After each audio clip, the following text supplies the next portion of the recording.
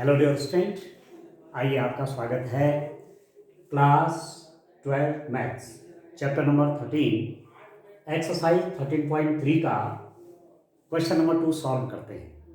Probability के question आजकल कर रहे हैं, ठीक है। बेस थ्योरम पर रिलेटेड ही क्वेश्चन है। बेस थ्योरम के बारे में इससे पहले लेक्चर में हमने आपको बताया था कि बेस थ्योरम इनवर्स प्रोबेबिलिटी है, प्रतिलोम प्रायिकता ज्ञात करने के लिए यूज होती है, ठीक है। क्वेश्चन नंबर 2 आप देखें। क्वेश्चन नंबर 2 क्या है डियर स्टूडेंट? एक थैले में 4 लाल और 4 काली गेंद, एक अन्य थैले में 2 लाल और 6 काली गेंदें। दोनों थैलों में से एक को यादृच्छिक चुना जाता है और उसमें से एक गेंद निकाली जाती है जो कि लाल है। इस बात की क्या प्रायिकता है कि गेंद पहले थैले से निकाली गई है? दो थैले हैं, ठीक है। माना E1 थैले में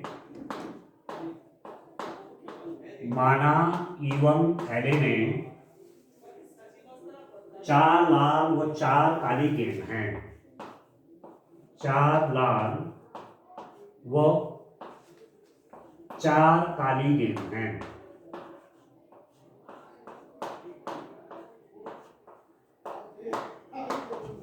माना E1 थैले में 4 लाल व 4 काली गेंद हैं तथा दूसरा जो थैला है तथा E2 थैले में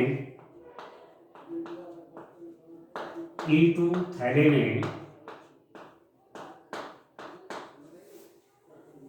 थैले में 2 लाल और 6 काली गेंद हैं। 2 लाल व 6 काली गेंद,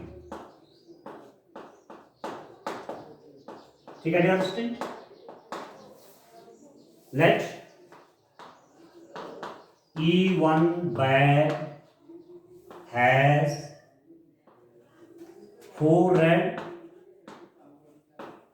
and 4 black balls. 4 black balls and E2 bag has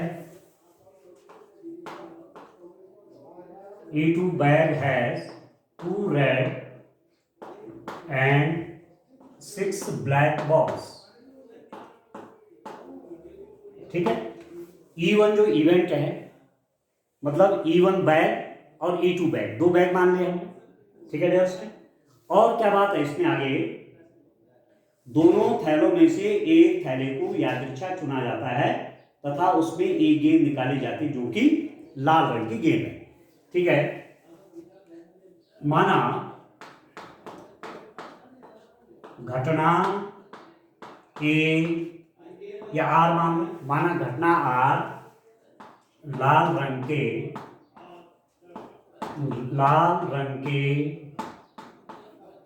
ball, माना घटना लाल रंग की बॉल,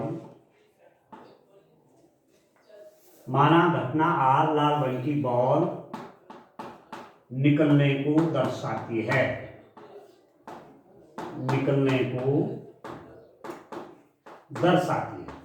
ठीक है डियर स्टूडेंट। तो अभी तक क्या क्या आपके पास है? E1 एक बैग है जिसमें 4 रेड और 4 ब्लैक बॉल हैं। E2 दूसरा बैग है जिसमें 2 रेड और 6 ब्लैक बॉल हैं, ठीक है। हमने आर घटना क्या माना है? लाल रंग की बॉल निकलने को दर्शाता है, ठीक है। कोई दोनों थैलों में से एट रैंडम यादृच्छिक एक थैले को चुना गया और एक बॉल निकाली गई और वो लाल रंग की बॉल है, तो लाल रंग के बॉल निकलने की घटना को मैं आर से दिखा रहा हूं, ठीक है डियर स्टूडेंट। इस बात की क्या प्रायिकता है कि गेंद पहले थैले से निकाली गई है? अब ये प्रश्न आपसे नहीं पूछा जा रहा है कि लाल बॉल निकलने की प्रायिकता नहीं पूछी जा रही है। क्या पूछी जा रही है कि बॉल पहले थैले से निकाली गई है। तो समझ रहे हैं प्रतिलोम प्रायिकता हुई कि नहीं हुई? अभी तक आप किस रूप के प्रश्न करते थे कि एक बैग है, उसमें से एक बॉल निकाली गई, प्रोबेबिलिटी निकाली कि बॉल रेड कलर की है। अब क्या है, बॉल निकली और उसका कलर आपको मालूम है वो रेड कलर की बॉल है, तो प्रोबेबिलिटी फाइंड आउट करिए कि वह बैग नंबर E1 से निकली है। ठीक है, तो ये इनवर्स प्रोबेबिलिटी, आप पीछे वाली घटना का की प्रोबेबिलिटी निकालें। ठीक है दोस्तों, तो आप देखिए E1 बैग,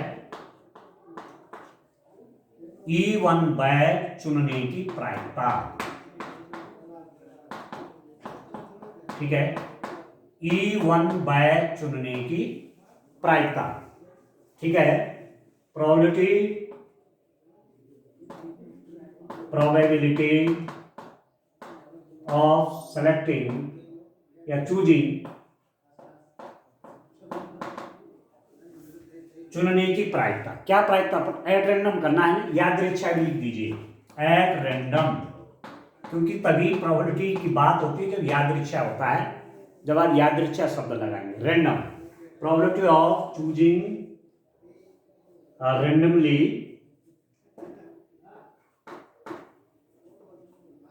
बैग E1। ठीक है, कितना हो जाएगा dear student, probability of E1 कितना हो जाएगा, दो बैग हैं E1 और E2, एट रैंडम एक बॉल आप, दो बैग हैं E1 और E2, एट रैंडम आप, ठीक है ना, दो बैग है ना E1 और E2, एट रैंडम आप एक बैग चुन रहे हैं, तो दो में से एक, तो प्रोबेबिलिटी कितनी हो जाएगी 1/2। E1 बैग चुनने की प्रायिकता क्या हो जाएगी 1/2 हो जाएगी। ठीक है, E2 बैग चुनने की प्रायिकता, E2 बैग चुनने की प्रायिकता, probability of choosing randomly bag E2। ठीक है, यादृच्छा E2 बैग चुनने की प्रायिकता कितनी हो जाएगी, P(E2) इज इक्वल टू 1/2। दो बैग हैं, उनमें से एक बैग चुनने की प्रायिकता 1/2 हो जाएगी। अब आप देखिए, बैग नंबर 1 से लाल बॉल निकलने की प्रायिकता, E1 बैग से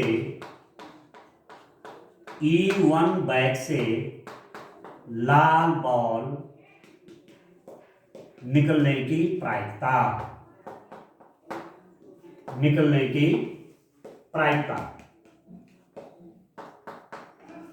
ठीक है, probability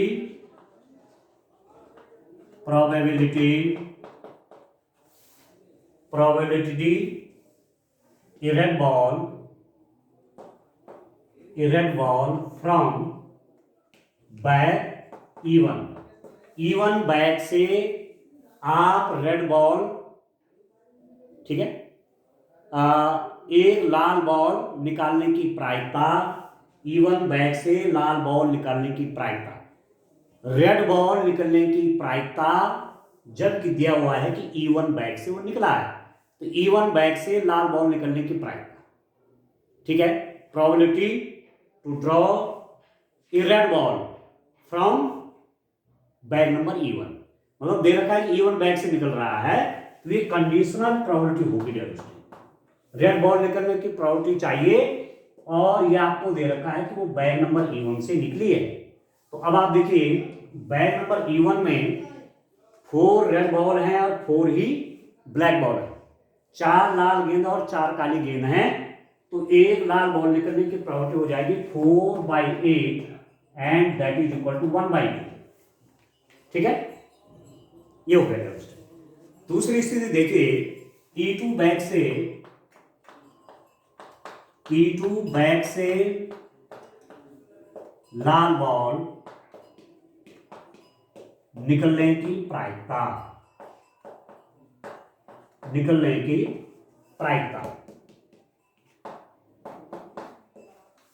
probability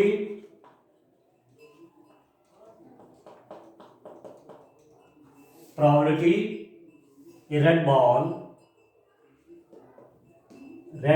from bag E2 bag से रेड बॉल निकलने की प्रोबेबिलिटी हो जाएगी, रेड बॉल निकलने की प्रोबेबिलिटी E2 बैग से, ठीक है। रेड बॉल निकलने की प्रोबेबिलिटी E2 बैग से कितना हो जाएगा? E2 जो बैग है आपके पास, दूसरा बैग है उसमें 2 रेड है और 6 ब्लैक बॉल है। दूसरा जो बैग है 2 रेड है और 6 ब्लैक है, तो प्रोबेबिलिटी हो जाएगी 2/6 और 2 8 हो जाएगा, ये हो जाएगा आपका 1/4। ठीक है डियर? तो कुछ चीजें मैं सेव कर लेता हूं क्योंकि इसके आगे भी काम और करना है। एक तो आपके पास है कि probability of E1 is equal to probability of E2 is equal to 1/2। एक तो हमारे पास ये प्रोबेबिलिटी निकली हुई है, फिर हमने प्रोबेबिलिटी निकाल रखी है ये वाली, ये आपकी है डियर 1/2, और probability of red ball from bag number E2, ये प्रोबेबिलिटी है 1/4। यहां तक क्लियर हो गए? ठीक है डियर? अब आप देखिए इसके आगे आप देखो, ठीक है, यहां तक तो काम हो गया। अब आप देखिए इसके आगे आपसे क्या पूछा जा रहा है। ठीक है, ठीक है डियर दोस्तों, इसके आगे देखते हैं प्रश्न में क्या है। जो इंफॉर्मेशन अभी तक मैंने देखी हैं उसके हिसाब से मैंने प्रोबेबिलिटीज लिख दी हैं। ठीक हो गया? E1 बैग चूज करने की प्रोबेबिलिटी 1/2, E2 बैग चुनने की प्रोबेबिलिटी आपकी 1/2। ठीक है, ये सब निकाल दिया है। अब इसके आधार पर आगे जो क्वेश्चन में पूछा जा रहा है उसको देखते हैं। अब प्रोबेबिलिटी निकालने किसके डियर स्टूडेंट, इस बात की क्या प्रायिकता है कि गेंद पहले थैले से निकाली गई है, पहले थैले से लाल गेंद निकलने की प्रायिकता, लाल गेंद निकलने की प्रायिकता। ठीक है, पहले थैले से लाल गेंद निकलने की प्रायिकता, probability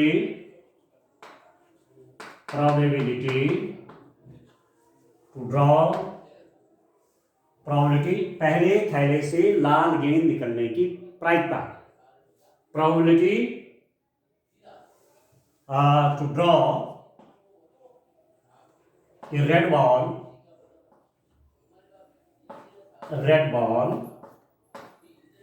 probability to draw a red ball, probability to draw red ball from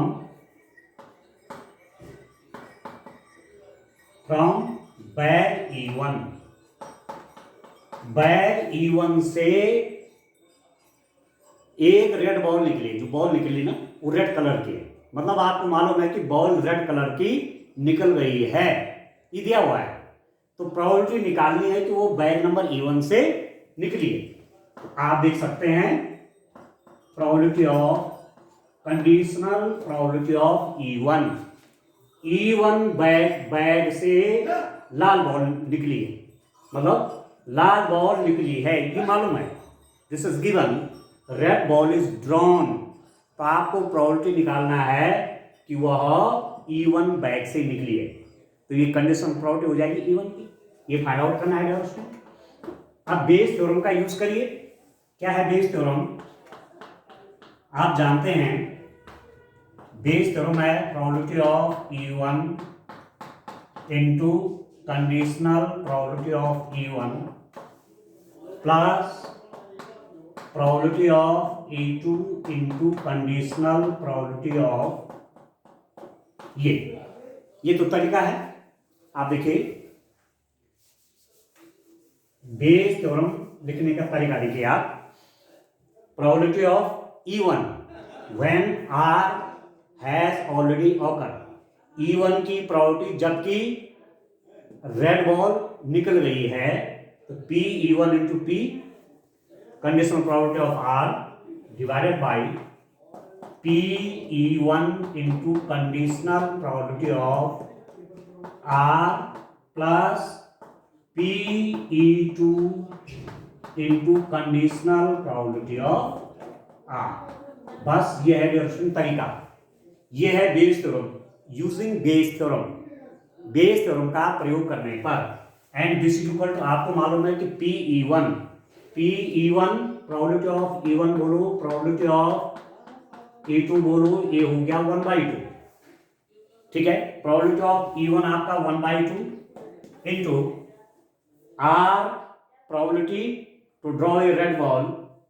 ठीक है, जबकि दिया हुआ कि बैग नंबर E1 है तो ये आपने निकाला हुआ, दैट इज ऑल्सो 1/2, ये भी 1/2 है, डिवाइडेड बाई ये भी 1/2 है, ये भी 1/2 है, प्लस प्रोबेबिलिटी ऑफ E2 भी आपकी प्रोबेबिलिटी 1/2 है, 1/2 इंटू ये है आपका 1/4।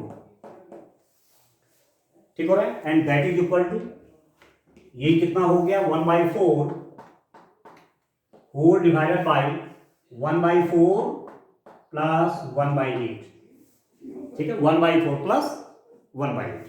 अब ये कितना हो गया, जब इसको आप सॉल्व करेंगे तो that is equal to 1/4 whole divided by, ये हो जाएगा 8 एलसीएम हो गया, 8 एलसीएम आ गया 2 + 1, ये हो गया 1/4 इंटू 8/3, तो ये हो गया डेरिवेशन 2/3 आ गया। तो प्रोबेबिलिटी ऑफ E1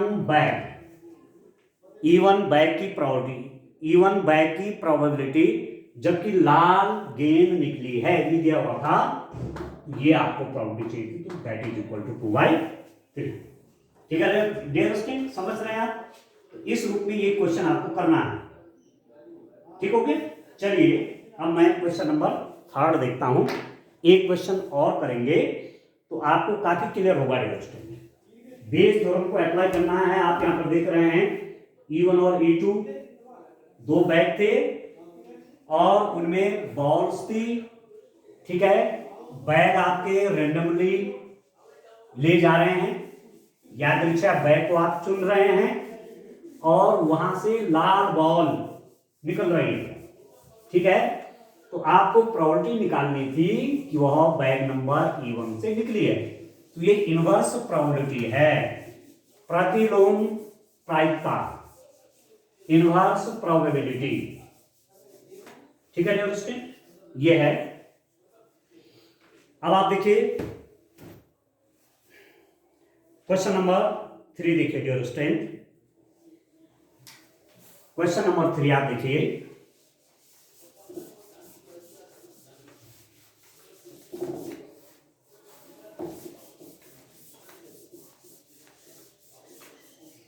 अब आप देखिए डियर स्टूडेंट, क्वेश्चन नंबर 3 आप देखिए।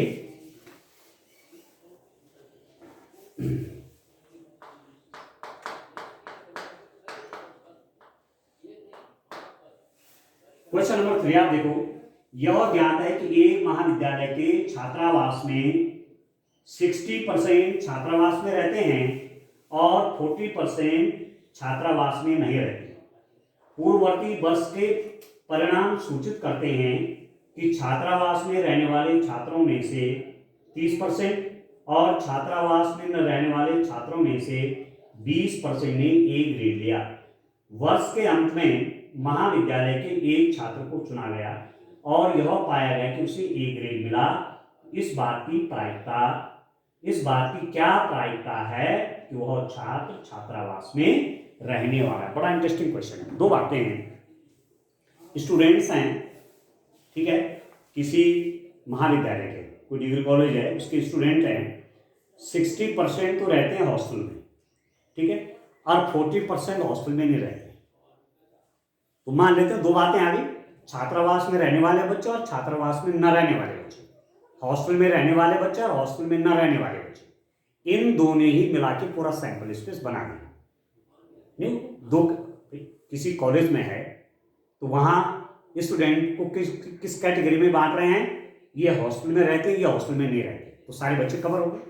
ठीक है, तो आप मान लीजिए कि माना H माना h क्या शो कर रहा है, h h माना h घटना h जो है ना, h को क्या माने, माना, और बढ़िया ढंग से लिख लीजिए, माना छात्रावास में छात्रों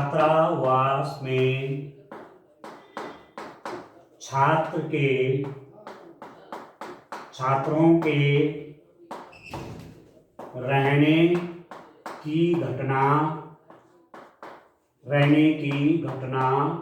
को h, माना छात्रावास में छात्रों के रहने की घटना को h तथा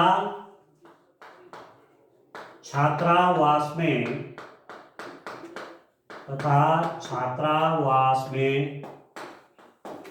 छात्रों के न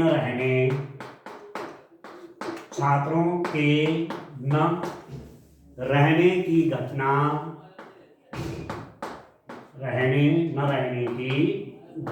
को h डैश से h नॉट, ठीक है, जो हॉस्टल में रहते हैं तो उनको तो h से दिखाया गया है, जो हॉस्टल में नहीं रहते उनको h नॉट, ठीक है, न रहने की घटना को h नॉट से दर्शाया गया है, ठीक है, ठीक है दोस्तों। Let the event h shows the students are residing in hostel and h not shows the students do not resides in hostel। दो बातें हो, ठीक है। अब क्या आपको दे रखा है कि प्रोबेबिलिटी ऑफ एच हॉस्टल में रहने की प्रायिकता, ठीक है, छात्रों के, लिख लीजिए, छात्रों के छात्रावास में रहने की प्रायिकता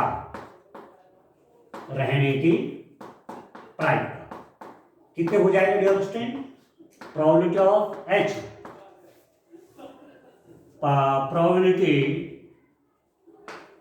probability that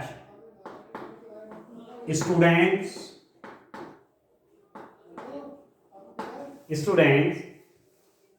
resides in hostel will be hostel, ठीक है।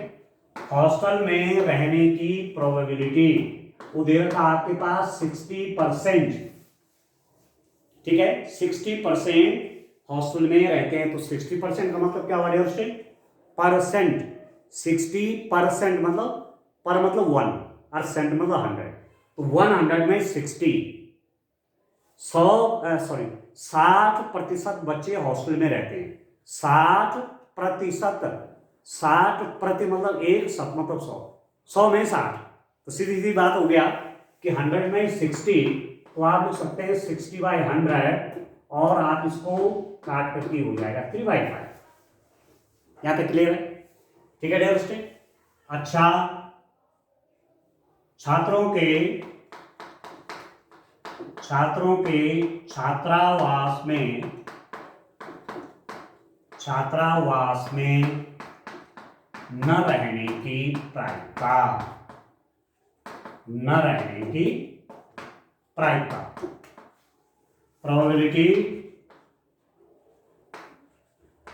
probability that students do not reside in hostel, ठीक है, स्टूडेंट हॉस्टल में नहीं रहते हैं, उसकी प्रोबेबिलिटी PH नॉट, ये है डियर स्टूडेंट 40%। स्टूडेंट हॉस्टल में नहीं रहते हैं, ये प्रोबेबिलिटी कितने, 40%, तो 40% का मतलब हुआ डियर स्टूडेंट 40/100, 100 में से 40, ठीक हो गया, तो काट लीजिए 20 से, तो 2/5 है, यहां तक ठीक है, एकदम क्लियर है डियर स्टूडेंट। अब कह रहे हैं छात्रावास में न रहने वाले छात्रों में से 20% छात्रों ने ए ग्रेड लिया। ठीक है, आप देखिए एक चीज और कह रहे हैं आपसे, ए ग्रेड की बात हो रही है। अब ए ग्रेड किस किस बच्चे को मिला, तो मैं मान लेता हूं, माना ए ग्रेड मिलने की घटना को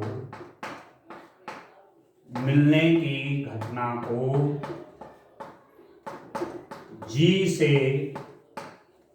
दर्शाया गया है, जी से दर्शाया गया है।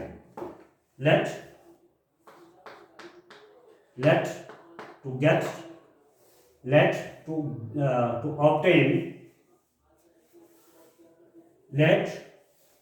G event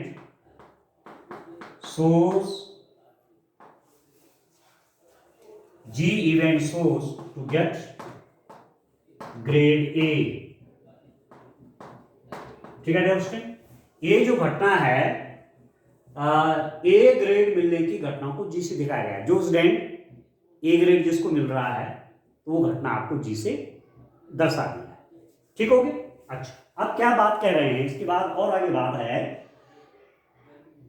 छात्रावास में रहने वाले छात्रों में से 30% पूर्ववर्ती वर्ष के परिणाम सूचित करते हैं कि छात्रावास में रहने वाले छात्रों में से 30% और छात्रावास में न रहने वाले छात्रों में से 20% छात्रों ने ए ग्रेड लिया। छात्रावास में रहने वाले, ये आपको दे दिया है, छात्रावास में रहने वाले छात्र, उसकी ए ग्रेड लाने की प्रायिकता। ठीक है, अब देखो, छात्रावास में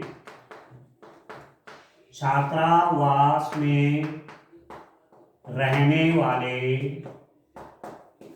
छात्र की ए ग्रेड प्राप्त करने की प्रायिकता, ए ग्रेड प्राप्त करने की प्रायिकता। छात्रावास में रहने वाले छात्र की ए ग्रेड प्राप्त करने की प्रायिकता। ठीक है, probability of hosteller getting A grade. अब आप ध्यान दीजिए, आपको दिया हुआ है कि स्टूडेंट हॉस्टल में रहता है, ये कंडीशनल प्रोबेबिलिटी बनेगी। स्टूडेंट हॉस्टल में रहता है और उसको ए ग्रेड मिली, और ए ग्रेड मिलने की घटना को मैंने जी से दिखा रखा है। हॉस्टल में रहता है, ये दिया हुआ है, तो उसके ए ग्रेड प्राप्त करने की प्रायिकता। ठीक है डियर स्टूडेंट, वो है 30%। तो कंडीशनल प्रोबेबिलिटी का प्रश्न हो गया यहाँ पर। 30% का मतलब हुआ 3/10। ठीक है डियर स्टूडेंट, अब क्या है कि छात्रावास में न रहने वाले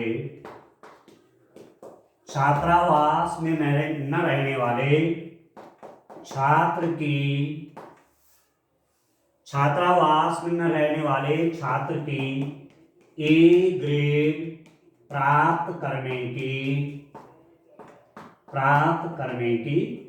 प्रायिकता। ठीक है, प्रोबेबिलिटी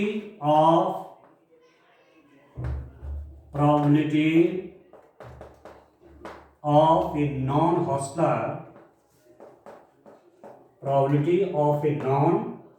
हॉस्टलर्स गेटिंग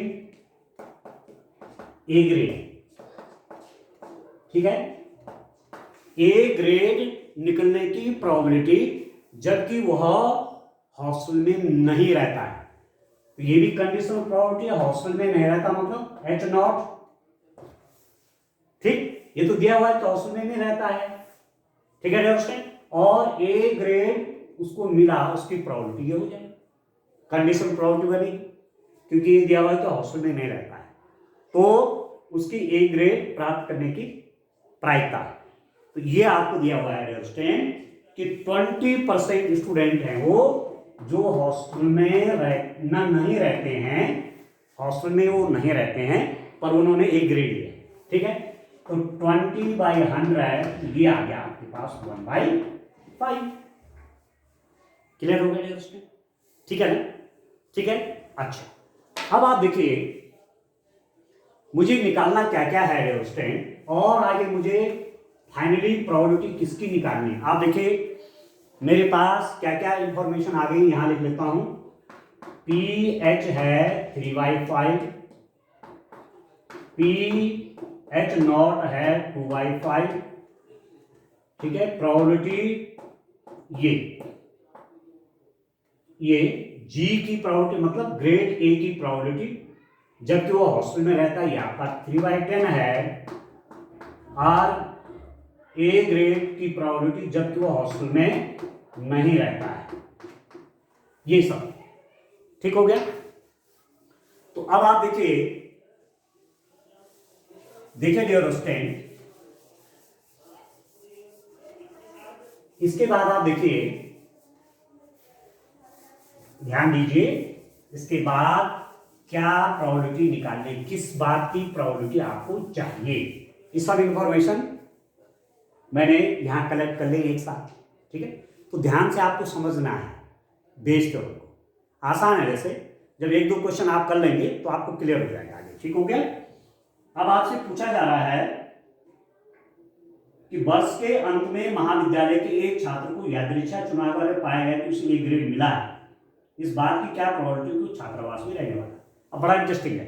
अब एट रैंडम एक स्टूडेंट को चुना, एट रैंडम यादृच्छा सब बच्चों में से, चाहे हॉस्टल में रहता है चाहे नहीं रहता है, एक छात्र को चुना और प्राप्त चला कि उसे ए ग्रेड मिला है। यादृच्छा एक छात्र को चुना और उसे क्या मिला है, ए ग्रेड मिला है, तो दिया हुआ है। तो प्रायिकता ज्ञात कीजिए कि वह हॉस्टल में रहता है। तो इनवर्स प्रोबेबिलिटी का प्रश्न बना कि नहीं बना। छात्रावास में, छात्र के छात्रावास में रहने की प्रायिकता जबकि उसको ए ग्रेड मिला है, probability that student reside in hostel while he got और सी गॉट, जो भी है छात्र है तो चलो, ही गॉट ए ग्रेड। ये मिला हुआ है कि छात्र को ए ग्रेड मिला, रेंडमली कोई स्टूडेंट आपने चुना और आपने देखा उसको ए ग्रेड मिला है। अब प्रोबेबिलिटी निकालने की वो हॉस्टल में रहता है, ठीक है। तो छात्र के छात्रावास में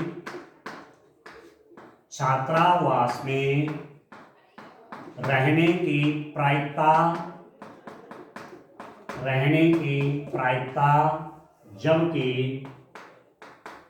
जबकि उसे ए ग्रेड मिला हो, ठीक है। Probability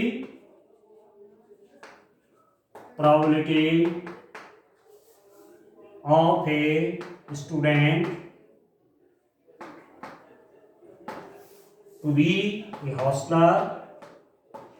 to be a hostler while he got A grade, ठीक है। उसको ए ग्रेड तो मिला है तो मालूम है, पर प्रोबेबिलिटी निकालने की वो हॉस्टल में रहता था, तो हॉस्टल में रहने के लिए एच प्रोबेबिलिटी ए चाहिए और ए ग्रेड उसको मिला है, तो ये हो गया ए ग्रेड मिला है, ठीक है। ये तो मालूम है ना। और प्रोबेबिलिटी निकालने के हॉस्टल में रहता है, इसी रूप में तो दिखाएंगे। और आप कौन सी थ्योरम लगेगी, बेस थ्योरम का यूज करेंगे। तो this is equal to probability of H into probability of G when H already occur, ठीक है। इस जो न्यूमरेटर में है इसको आप यहां कॉपी कर देंगे। ध्यान रखना है प्रोबेबिलिटी ऑफ एच लिखा है तो यहाँ एच ये डिनोमिनेटर में होगा, यहाँ पर ये कंडीशनल प्रोबेबिलिटी के रूप में ना, ये एच नीचे आएगा। प्लस दूसरी घटना क्या है, एक तो हॉस्टल में रहने का है और एक हॉस्टल में न रहने का है, तो उसको हमने किसे दिखा है, एच नॉट। तो यहां पर प्रोबेबिलिटी किस प्रोबेबिलिटी से मल्टीप्लाई होगा, एच नॉट आपका यहां नीचे रहेगा, probability of H0 into probability of G when H0 already our. तो ये हो गया dear student, this is equal to probability of H कितना है 3/5 गुणा गया इसकी प्रोबेबिलिटी, आप देखो ये प्रोबेबिलिटी 3/10